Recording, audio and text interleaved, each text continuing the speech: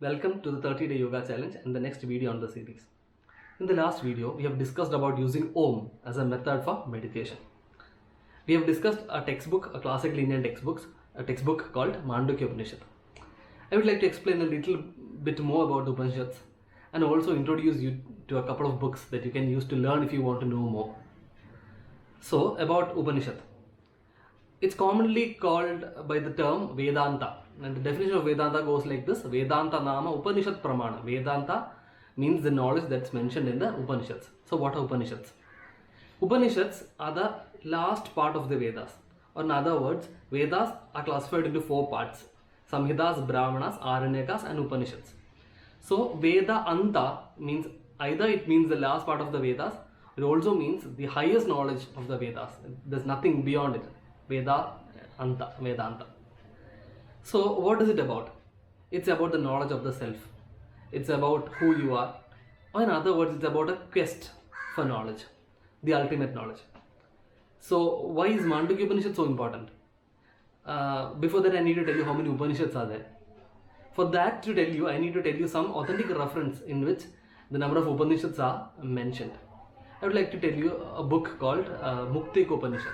It's an Upanishad that explains the total number of Upanishads. There's a list of 108 Upanishads and many other Upanishads. The total number of Upanishads also mentioned in Mukti Upanishad.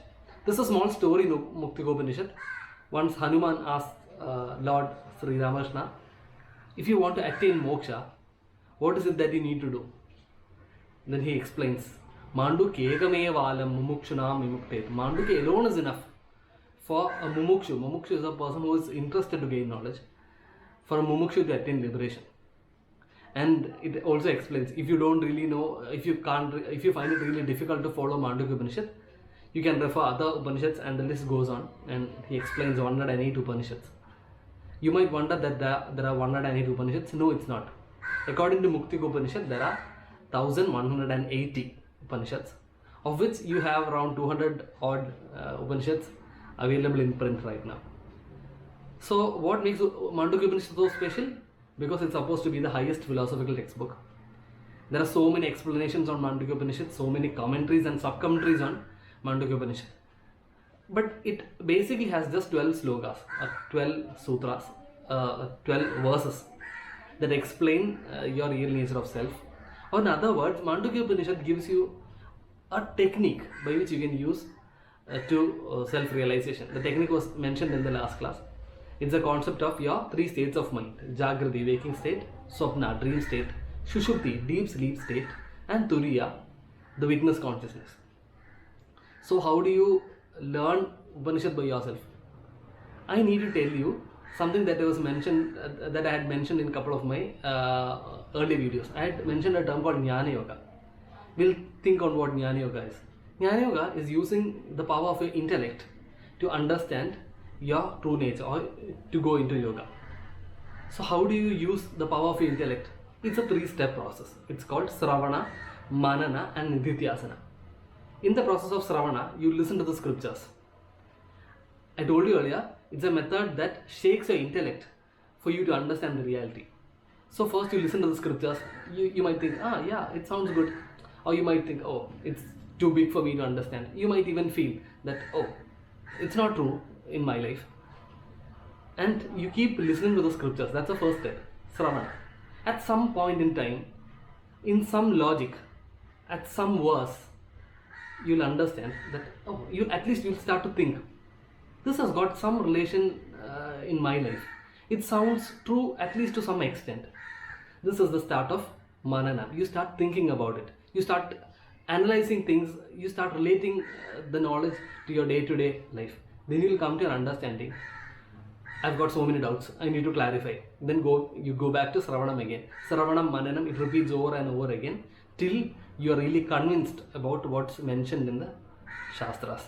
After you've completed the Sravana and the Nididhyasana, when you're really convinced about the Shastra, you can move on to the next point, which is Nididhyasana or contemplation. You can sit in that knowledge, you can think about the knowledge and go into a very deep meditative state to realize your true self. Coming back to Mandukya Upanishad. How do you learn Mandukya Upanishad?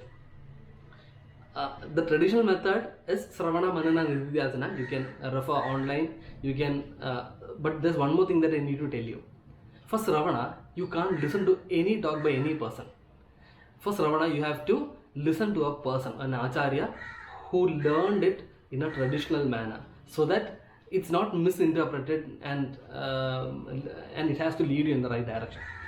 So coming on to the textbooks, if you want to learn the textbooks, or if you want to understand the knowledge mentioned in the textbooks, you have got so many options. Either you can go to the 12 verse Mandukya Upanishad, which you might find a little difficult to understand. So there are so many acharyas who have written commentary on Mandukya Upanishad. The most important commentary is the commentary on Mandukya Upanishad by Gaudapada Acharya. Gaudapada Acharya is the Param Guru of Shankaracharya. Shankaracharya's guru is Govindacharya. Govindacharya's guru is Gaudapada Acharya. Gaudapada Acharya has given elaborate commentaries on the 12 verses. That is what you get as Mandukya Karika. When you go to buy Mandukya Upanishad, you get Mandukya Upanishad along with Mandukya Karika. That's one single set. Then you have got Shankaracharya's commentary on both the Mandukya Upanishad and the Gaudapada Karikas of the Mandukya Upanishad. So I would like to recommend a couple of books. I'll be recommending English and Malayalam books here.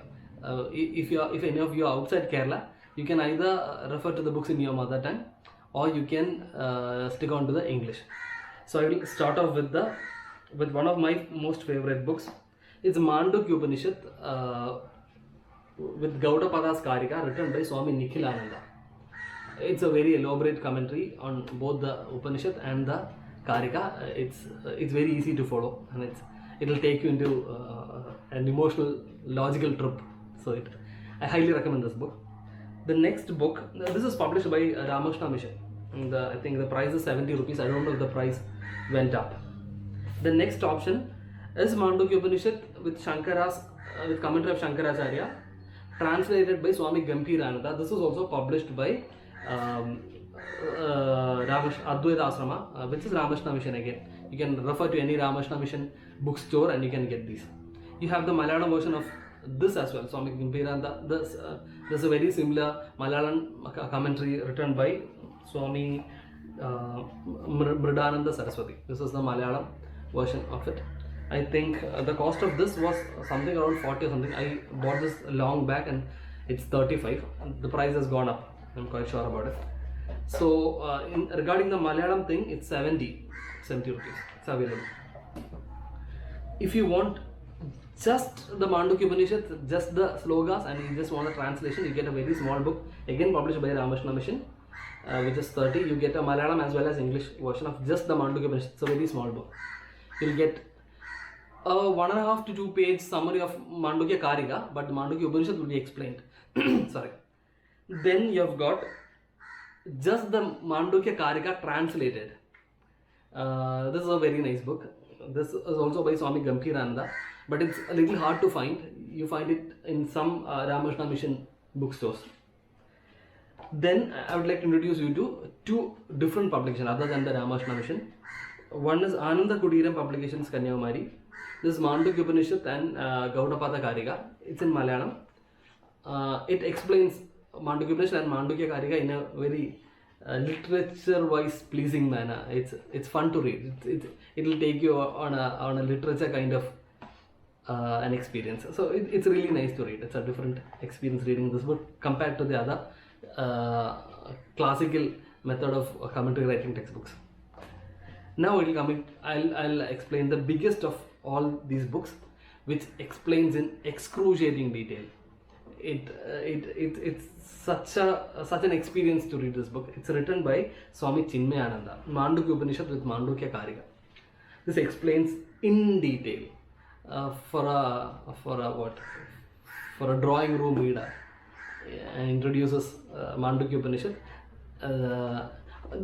They have an Upanishad series with Prashna Upanishad and many other Upanishads. But you'll really enjoy reading this book if you're interested to learn about Mandukya Upanishad. So I would like to summarize what I've told till now. I've explained the 3 steps of Jnana Yoga: Sravana, Manana, Nididhyasana, how it's done. Then I've introduced you to a couple of books on how to experience Mandukya Upanishad by yourself. So that's it for now. So thanks a lot. May all beings be happy. Thanks a lot.